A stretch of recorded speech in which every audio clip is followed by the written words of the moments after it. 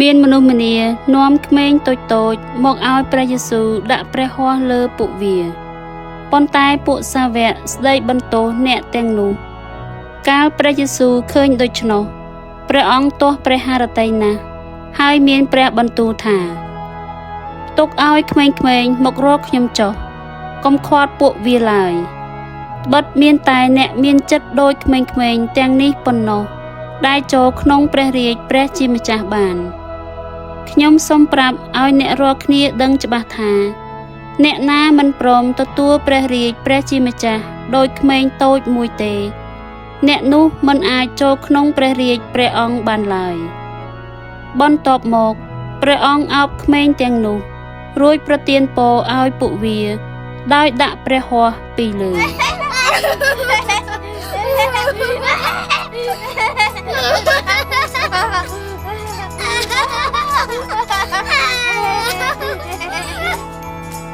កុំភ្លេចមកព្រះវិហារផងណាកូនកូន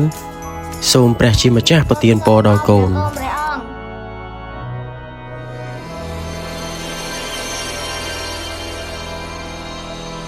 ចូលស្រឡាញ់គ្នាទៅវិញទៅមកដោយខ្ញុំស្រឡាញ់អ្នករាល់គ្នាដែរសូមអញ្ជើញឲ្យបានសុខសាន្ត